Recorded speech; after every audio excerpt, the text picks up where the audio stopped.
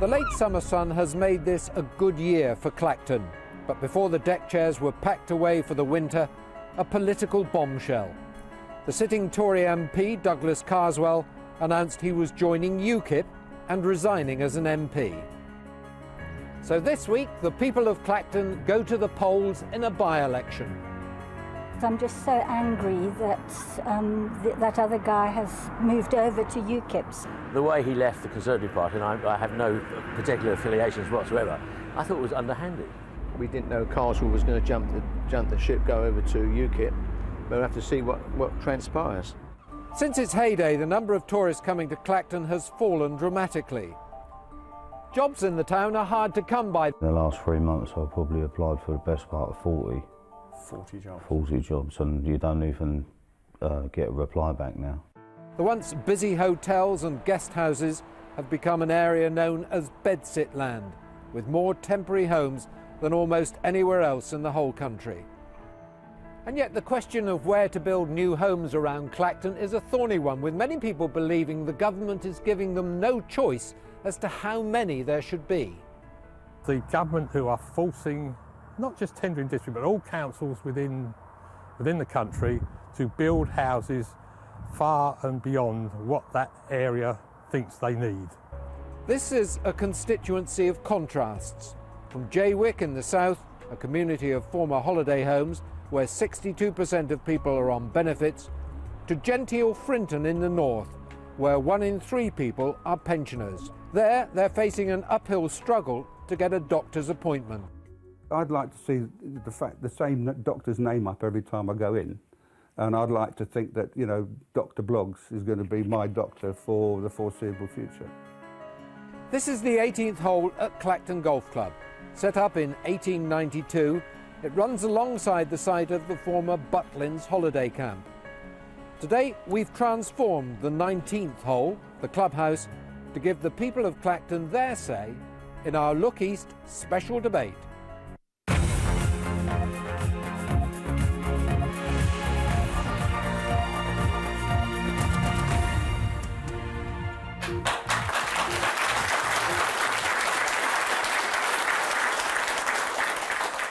Hello, welcome to Clacton Golf Club, a chance for these people here to put their questions to these 5 candidates here, and all sorts of issues as well will be raised during the course of the evening, and we want you to join in the debate as well.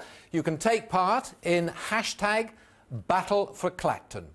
So let us meet our panel tonight. First of all, Andy Graham from the Lib Dems. Hello, good evening.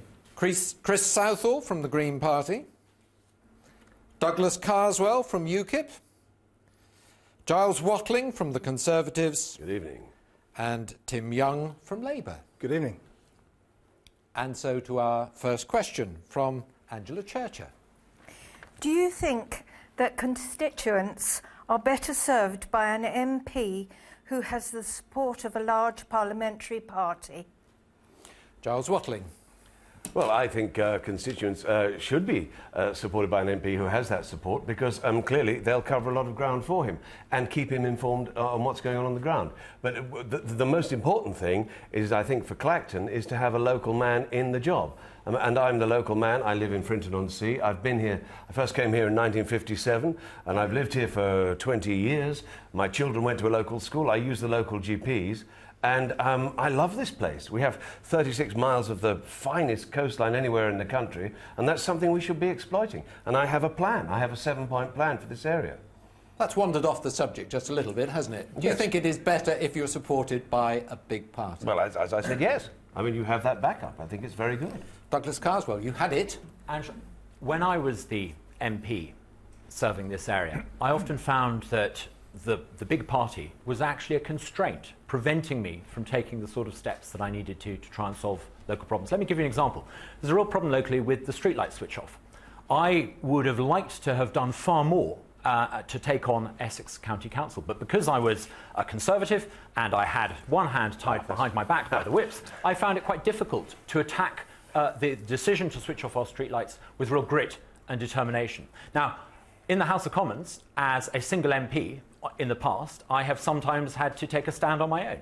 and I've been able to persuade people, and I think I've been effective sometimes in persuading the rest of the House of Commons to do things, to get rid of a speaker who wasn't up to the job, persuading people to veto an increase in the EU budget. I was able to do that as an individual MP by persuading others. So are you saying that it is better to be a solitary MP than to have this great backing behind you and to have influence of a large party as well? I think if influence of a large party means that you are constrained by Westminster whips and you answer to Westminster whips and you cannot put local people first, then it is a positive disadvantage. But you will be constrained, won't you, by not having any power base? I will be free to approach the problems that we face with grit and determination. And the force of an argument means you can win it. And I think as a Member of Parliament for Clacton, I have on several occasions shown in the House of Commons that I've been able to effect change. I've been able to be an effective agent for change, not by toadying up to the party whips, not by sucking up to David Cameron, heaven forbid that I should ever have done that, but by being prepared to make the argument on behalf of local people and being prepared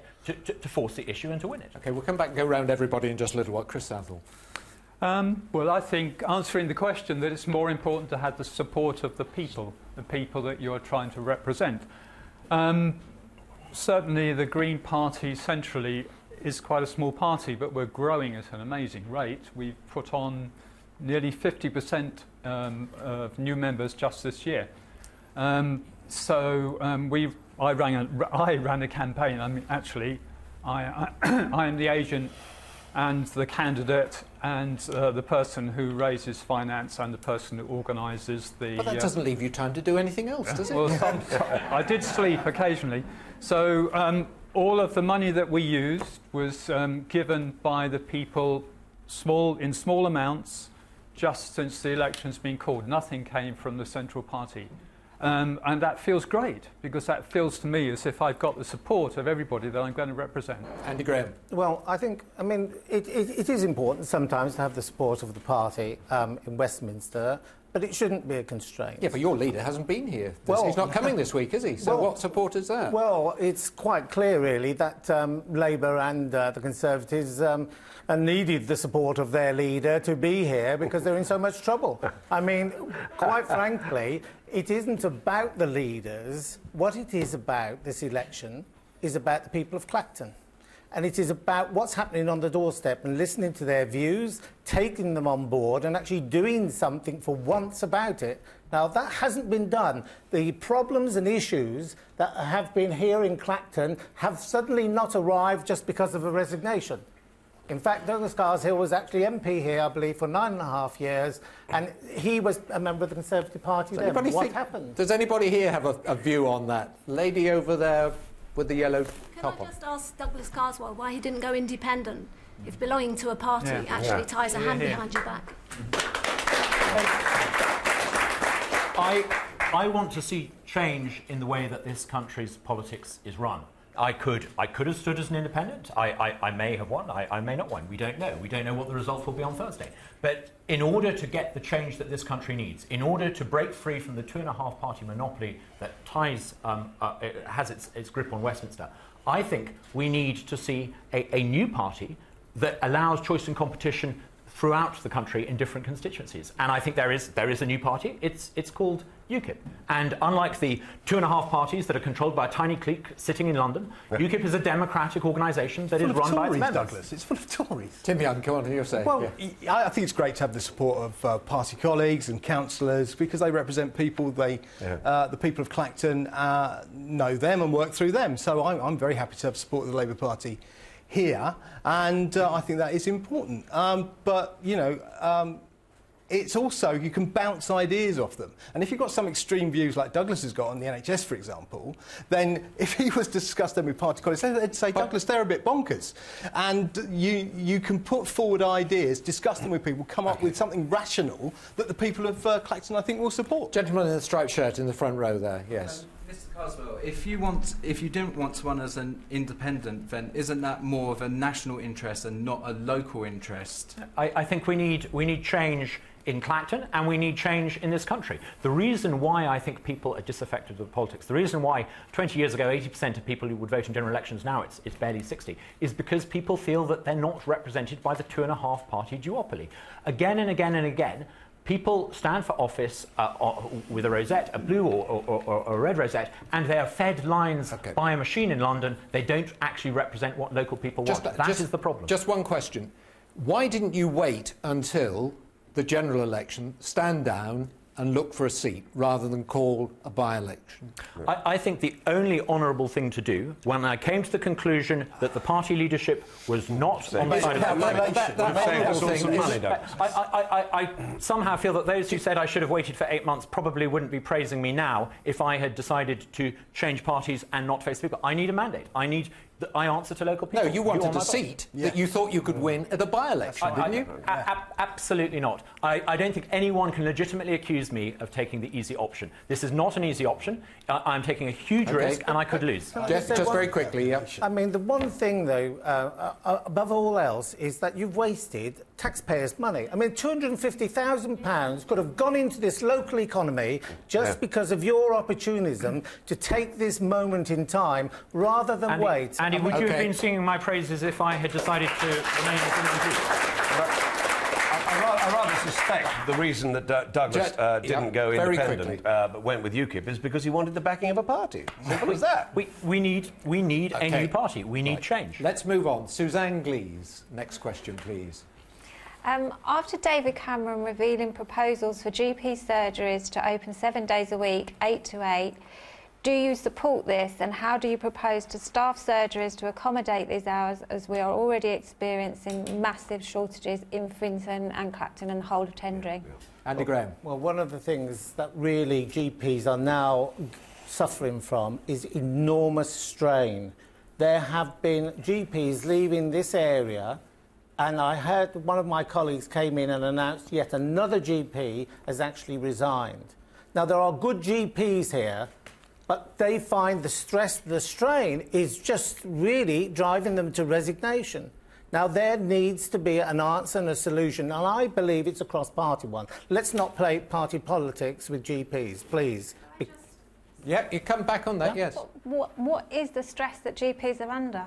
I mean, their hours are shorter than they used to be. And, you know, it's not like they're in the front line facing Ebola fever, is it? You know, they stick to surgery hours. Tim Young. Yeah, I think the Labour Party has put the NHS right at the forefront of the political agenda, because £2.5 billion we've said we'll put into the NHS to recruit 8,000 more GPs, 20,000 more. Where are you going to get them from? We're going to train them. That's part of what you use the money for, Stuart. You put the money in, then you recruit the GPs. We'll come to you in a second. But hang on. You're privatising the NHS. Douglas wants to privatise the NHS and go even farther and charge people to see their doctor. Absolutely not true. Well, you wrote it in your book, Douglas. You're misquoting. You're selectively misquoting. I've got a quote. You're selectively misquoting. OK. Selectively misquote in a second. Yes. What has happened? No, hang on. Douglas Carswell. Susan, can I ask, your GP, is it the Caradoc you're talking about? Yes. Yeah. The Caradoc surgery has real problems, and the fundamental problem at the Caradoc is because there has been for a long time one GP trying to serve 6,000 patients. She's a brilliant GP, but no GP can actually manage to cope with that sort of pressure. Now, I tried to act on behalf of local patients, and I took a delegation of GPs down to meet with Jeremy Hunt. And in fairness to Jeremy Hunt, some improvements were made. But the fundamental problem is that you can't recruit what isn't there. There aren't enough doctors in this country, and it is the government that has failed to train more. OK, you wanted to misquote. This is with Douglas's book, The Plan 12 Months to Renew Britain. If someone chose to see their GP, they would pay whatever rate they and the GP agreed. If they wish to see a GP after hours, they could do so. There might be a higher fee, but that would be between them and the GP. Your book has got it wrong, has it? Can I respond? No, your book has got it wrong. David Cameron has promised. Just a moment, Mr. Watling. Before this becomes 4 against 1, can I just respond? I don't think it is 4 against 1. We're asking you a question. The book that I wrote talks about changing the way that money is allocated. We need to make sure that money, taxpayer money, public money, follows the patient. That is the answer to the problem. So nobody, you are saying... My book is not talking about people using their private money. It's about making sure that public money follows the patient. We use the same system in our education. We've got lots of questions. We'll come back to everybody on the panel. Gentlemen here. Can you honestly say, I mean, you say there's one GP at a Caradoc surgery. There's 5. there happened to be one permanent one for locums. And what the problem is that NHS England are still running surgeries the way they were run 60 years ago.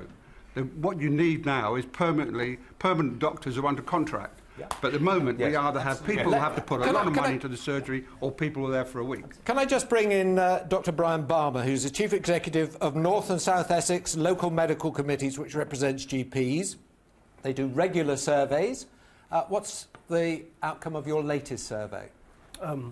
We just surveyed the practices in this area. 16 out of 19 responded, which is close to 90% of the population. This area has 9 current GP vacancies, which would equate to, if you like, 18,000 people not having a GP in this area. In the next door area, Colchester, the vacancies still bad, but 4. So why is there such a shortage here? Did you find that out? There's a number of reasons. One of it is simple geography. This is a great area, but people from outside looking at it say it's the furthest area from London, etc. That's one of the reasons. We're struggling to retain GPs. The demand is such, demand for services is such that even the GPs we are training now, many of them are not choosing to go into full-time practice. Not coming to live here and don't want to be here. That's a problem. Chris Southall, I'll come to you. Yeah. Can I suggest another reason? I think the people of Clacton, when they go to their dentists or their GPs, will often find someone who wasn't born in this country. And that is because we don't have enough GPs that have been trained in this country at the moment. And I believe that it takes quite a long time to train a GP. Now, the publicity that surrounds this area is mostly about anti-immigration. And that is thanks to the UKIP publicity. So if you were a GP from another country, would you want to come and live here? I don't think I would. Well, Giles Watling. Giles Watling. The Conservative Party brought 800 doctors into the east of England during the life of this Parliament. Now, I see it as my duty as a local man, and the Caradoc surgery is my surgery, and I would like to see the same doctor every time I go back, particularly if I would become unfortunate enough to have some chronic illness and I need to see the same person. I see it as my duty to fight for one of those GPs Giles, to come David to my surgery, and I want, I'm doing this. £3 billion on a top-down reorganisation of David Cameron that was totally unnecessary. David Cameron that £3 billion David Cameron protected GPs. Can I just say to both of you, nobody can hear what you're saying, so finish what you're saying and then come in with your David point. Cameron protected the NHS over the last 5 years, and he guarantees to do it over the next 5 years. That's what he said, and that's what he will do. We've got, as I say, 800 more, and we've just got to fight locally to get them into our surgeries so that we see the same man again and again, or woman. The gentleman in the front row here with a question. I'd like to ask, particularly the Conservative candidate, if Mr Cameron is such a defender of the NHS, why has it been recently announced that they plan to privatise back-office health services in Clacton, leading to the possible loss of 50 jobs and a worse service for the public? It's all to do with efficiencies. There have been difficult decisions that have had to be made, and we need to keep the frontline thing going as best we can. I've had to, when I had the portfolio for benefits and revenues, I had to find £4 million in a year. I did that without cutting one frontline service. Sure. And Douglas Carswell wants to come in on this. I'll come to you in a second. In order to try to fix the problem, I sat down with local GPs in the local clinical commissioning group, and they came up with a great scheme. The idea was to attract more GPs by offering a bonus for GPs who came here, worked here, and stayed here for 2 years.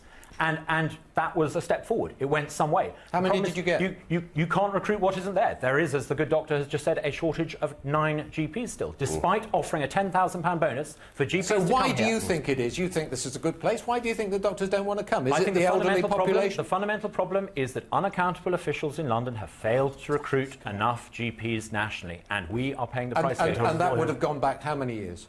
At least 4, possibly longer. Yes. While you were the local MP. I tried to do something about it. I tried and failed. And one of the reasons why I've changed parties is because... There's a question from the lady in the back row over here. Yeah?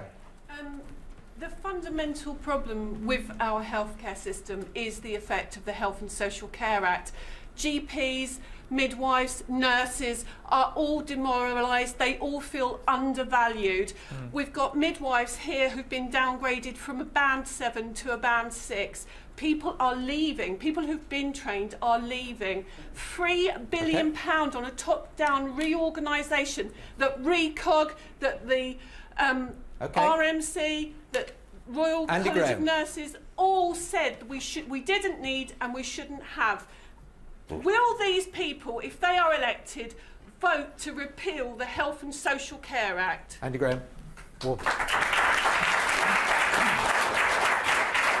I mean, Lib Dems are part of the coalition. Well, I know they are. But one of the things is there's very clearly some differences between the Conservatives and the Liberal Democrats. And it's really very, very clear that the welfare cuts, which the Conservatives are actually promising to kind of entice the right wing of their party, is actually just going to create the problem even worse. What we need is, and I think this is a very British thing. Can you answer the question? I'm going to answer it. The answer is yes, but I wanted to colour it because the whole point of the NHS is that it is part of our culture. Yes. We have to protect it. We have to support it. We have to put investment into it where appropriate. Have the Lib Dems in coalition failed to protect it then? No, they haven't, because they have streamlined and inefficiencies that existed, and now we're at the point where we have to sustain the National Health Service. So why is the government negotiating with other countries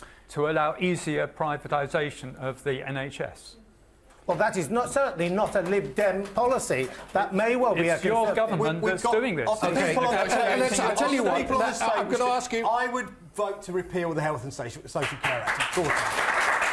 We've got someone here who voted for it, we've got another party here who voted for it, and another party here who voted for it. I'm not sure the Greens probably would vote to repeal the Health and Social Care Act. Just one thought from each of you on this.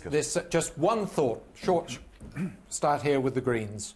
One thought on what we should do about the shortage of GPs. Well,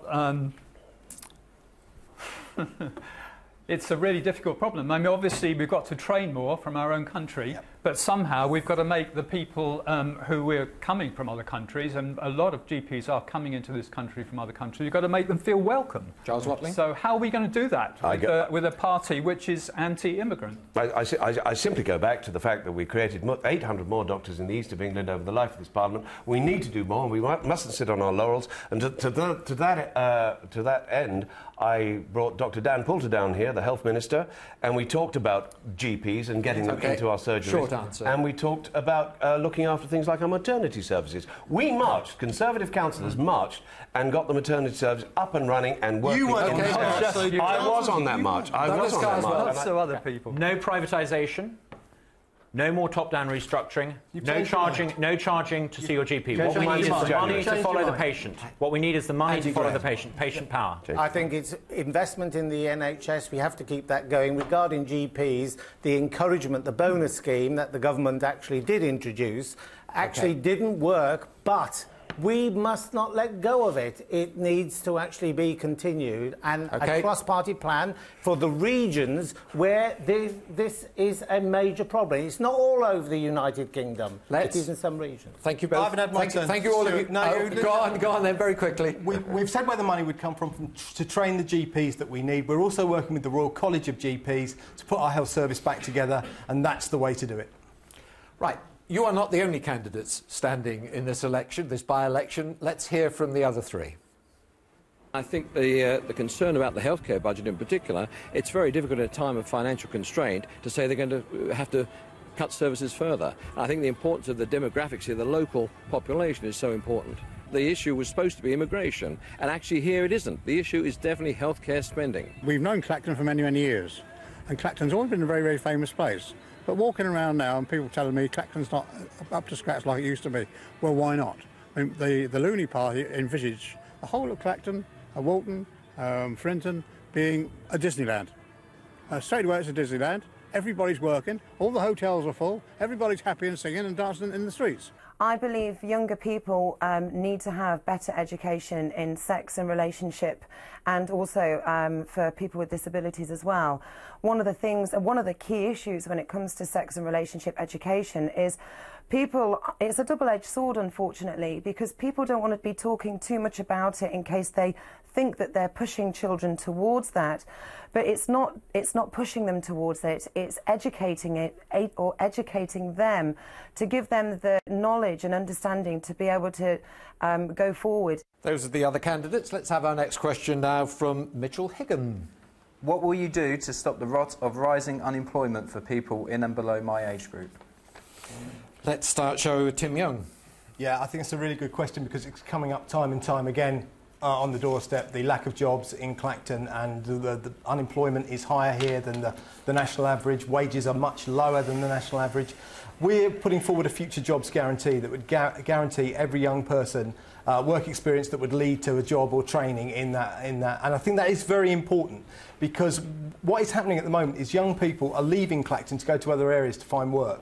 We need them to stay in Clacton. We need to incentivise employers to come here so that we will have jobs. It was a big blow when Butlins left, as referred to in the report, because that was a major employer in Clacton. We need to attract major employers back to Clacton, hang on. and they've been lost over the last 10 years. Didn't the Labour Party, weren't the Labour Party in power all through the start of the noughties, and we still have the problem? So what did they do in government about it?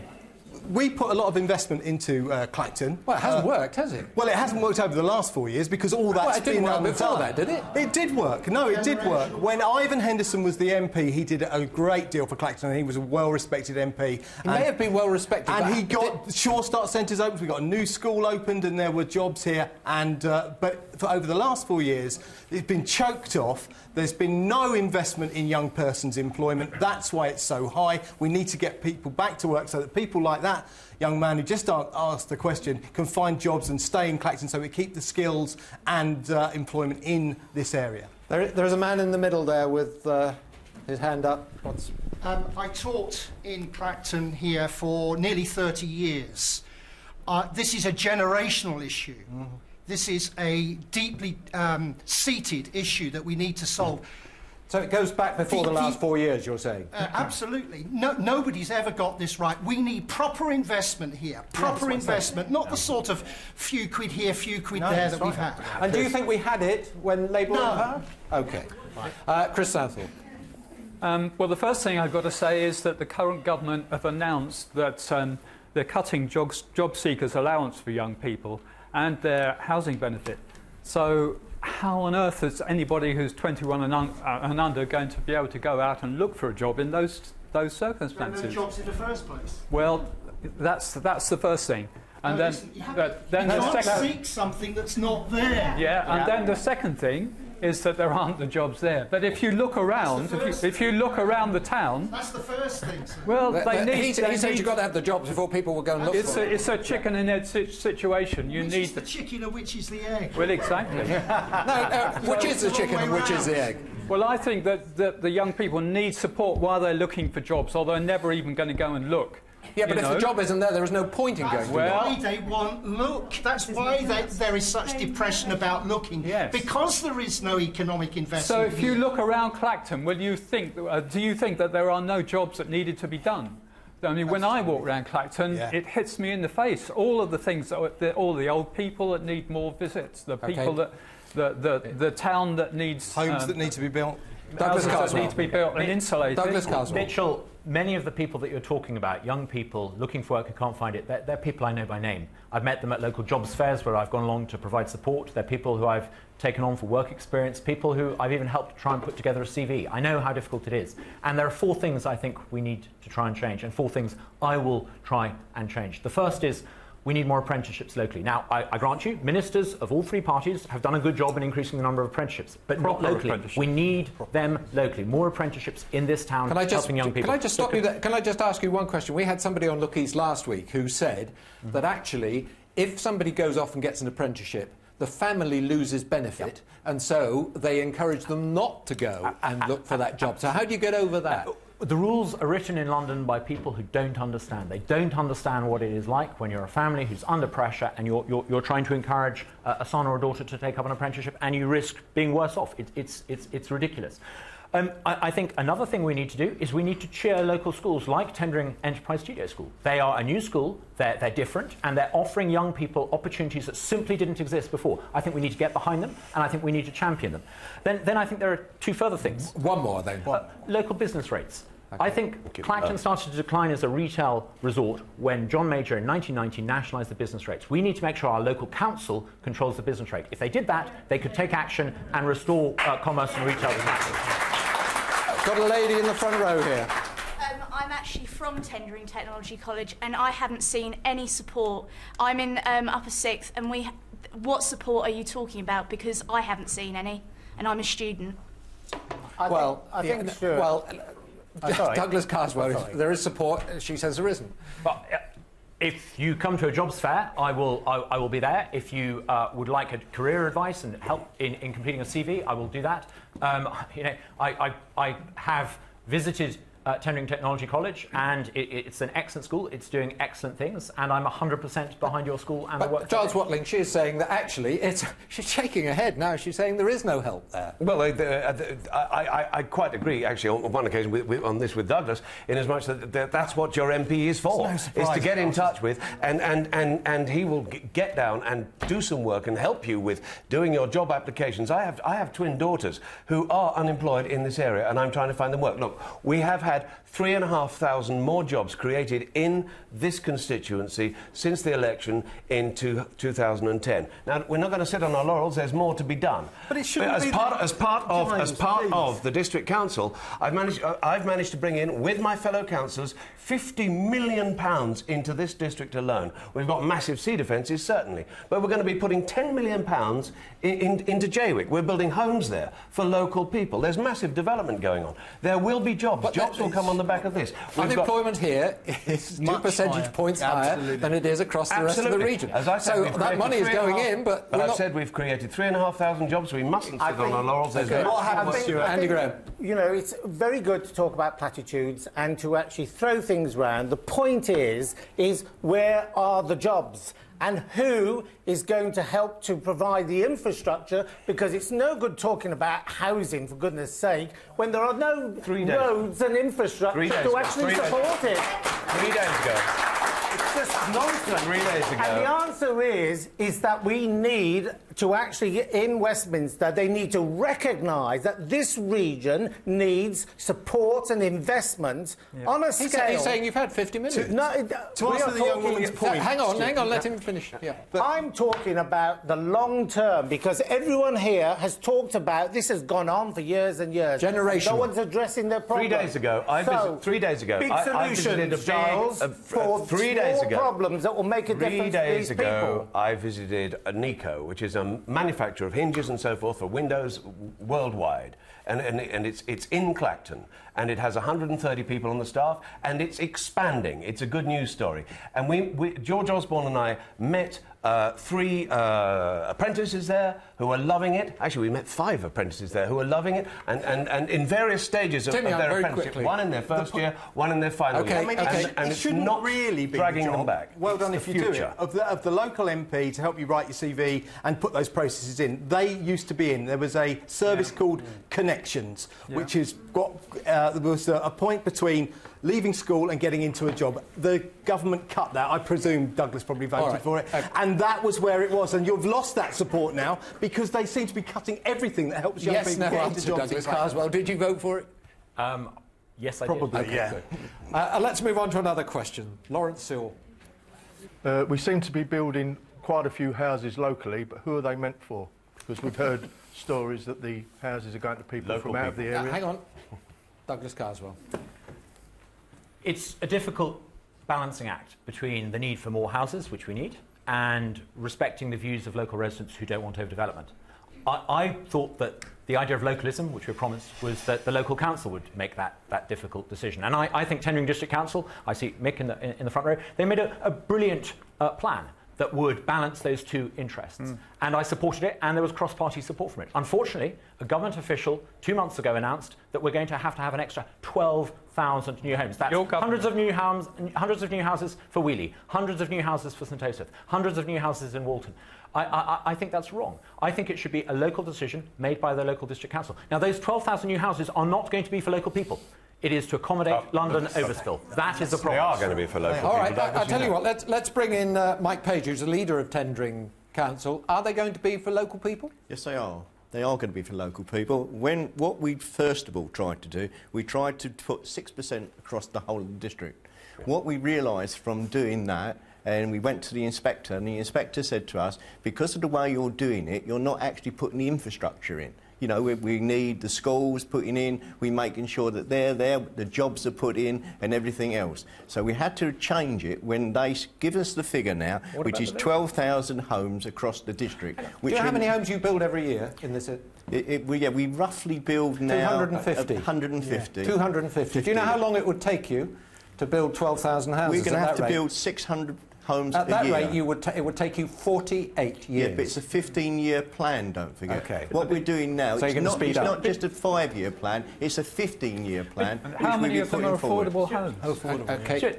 I mean, it's all very well you taking your orders from the planning inspector, but what about the voters who voted in order that there should be some respect for yeah, but those coming back to you, overdevelopment? Douglas, you know that we go out to consultation now. And you ignored what people said. I mean, local people did not Tim Young, build 12,000 new houses. Let me bring in Tim Young. Well, they did not want 12,000 more homes. You've been representing us, and you have let us down, really. Well, I think we were going to have localism. I thought we were going to allow local people and locally elected councillors to decide these things, rather than a remote planning inspector. OK, Tim Young. I'm chair of a local housing association, so I know how important the need for housing is. It would be local homes for local families, because what the people are saying to me is we need, where are our kids going to live? Where are our grandchildren going to live? And that's why we need the homes in Tendring. It needs to be properly planned, it needs to be properly consulted upon, and that's what local councils should do. But Tendring's original plan just didn't work out at all. It wasn't sound, nobody was ever going to agree with it. And apart from the voters. No, they didn't agree with it, Douglas, because they're the same people who are saying, where are my children and where are my grandchildren going to live? And you can't have it both ways. And if you build more affordable homes, that's jobs in the construction industry and the related industry, so you get... It's a virtuous circle. You've got high unemployment, you've got queues to go and see a doctor, you've got lower than average wages. Why do you think that people are going to want to come and live here? You don't think house building addresses all that? Because I do, and affordable homes for local people is what the people of Clacton need. Okay. And I grew up here. I was the only one on this panel born We've got here. a Labour Conservative... And that's what we need for Clacton. I agree absolutely with Tim on this. Douglas is doing typical UKIP scare tactics, saying we're going to be importing these people. No, absolutely not. I've been on this council since 2007, and we want to take control of this house building. Yes, we're going to have 12,000 more homes, and yes, we need them. There are homeless people who need this, people who need these homes. And one of the big projects, as I've mentioned before, is that's the point. You bring the infrastructure with you. We go back to my plan on creating jobs. Mr. Watling, if you can't bring the jobs here at the moment, exactly. Oh, right. Well, you keep business rates low. 12,000 extra homes because the government planning inspector says we have to have them. Where's the local democracy? Listen, we live in one of the most beautiful spots in Essex. We've got this 36 miles of gorgeous coastline. Andy Graham. Let's bring in Andy Graham. We need to bring people here to exploit our tourism. Right, Andy Graham. But there's one thing that we do have to recognise, and I think everyone around here would affordable housing. There is not enough affordable housing. Absolutely. And that is number one. That is a priority because there's a need. Let's not actually put loads of houses where there is no need. It's because there's a need. It's affordable. Now, some of the planning that has gone on in this whole area is a bit piecemeal. And you get, and I have seen, and I've spoken to people where there has been developments where roads aren't adopted, street lighting isn't there. It's not a question of them being turned off. They weren't there in the first place. Andy, Chris Southall, I need to bring Chris Southall in. This is joined up thinking on planning. Why can't we build on some of the brownfield sites, like the ones in Oxford Road, for instance? I mean, do we really need another supermarket? The Co-op site, which is a big site, is earmarked for another supermarket. Heaven knows we've got enough. And this, we could build houses there. There was another site further down Oxford Road where we could have built houses again. And the same things happened in the middle of town. I mean, talk about jobs. The Audi that was built on the site there replaced an open market where lots of people had livings, you know, maybe little individual livings. I've got a lady here wants to say something very quickly. Is Mr. Carswell not a bit contradictory saying he wants younger people to stay here as opposed to go away and work? I work at Clacton County High School. We've got more children than ever going to university, more children than ever achieving highly. What's your question? And, School, my school. And why will they come back here and live if there's nowhere to live, if you're not willing to build a There would be somewhere to live if the local council balanced the needs for new homes with concerns about overdevelopment. That's why the original plan for 4,000 houses was good. I think it balanced that need very well. Having 12,000 additional houses, thousands of extra homes for Holland-on-Sea, Wheeley, St Osyth, I think that's wrong. I think... OK. Just very quickly. Which of you is in favour of all of these new houses? All of you? I'm in favour. Yeah, I'm in favour. Yes. I'm not. You're not. And just very quickly on the audience, which of you is in favour of all these new houses? All the 12 or the 4? The 12,000. Good. If you're against the 12,000 I think that was homes, 4 people in favour of building all of those houses. Thank you very much for joining in with our debate. Oh, 6, sorry, so maybe we're over there. Thank you very much to our panel, ladies and gentlemen, and to you for your questions. Don't forget, you can join in the debate. Hashtag Battle for Clacton on Twitter. My thanks to our panel this evening. Thank you very much indeed. And, of course, to our audience, thank you for your questions. From all of us in Clacton, though, good night.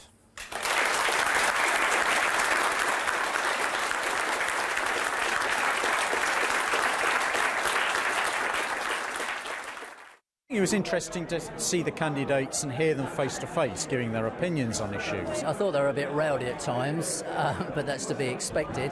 I'm really, really pleased. I think Clacton's had a really bad rap the last few weeks with the whole immigration issues. Everything that's going on is to do with immigration, and it was nice that that wasn't the focus. And it was local issues that were discussed.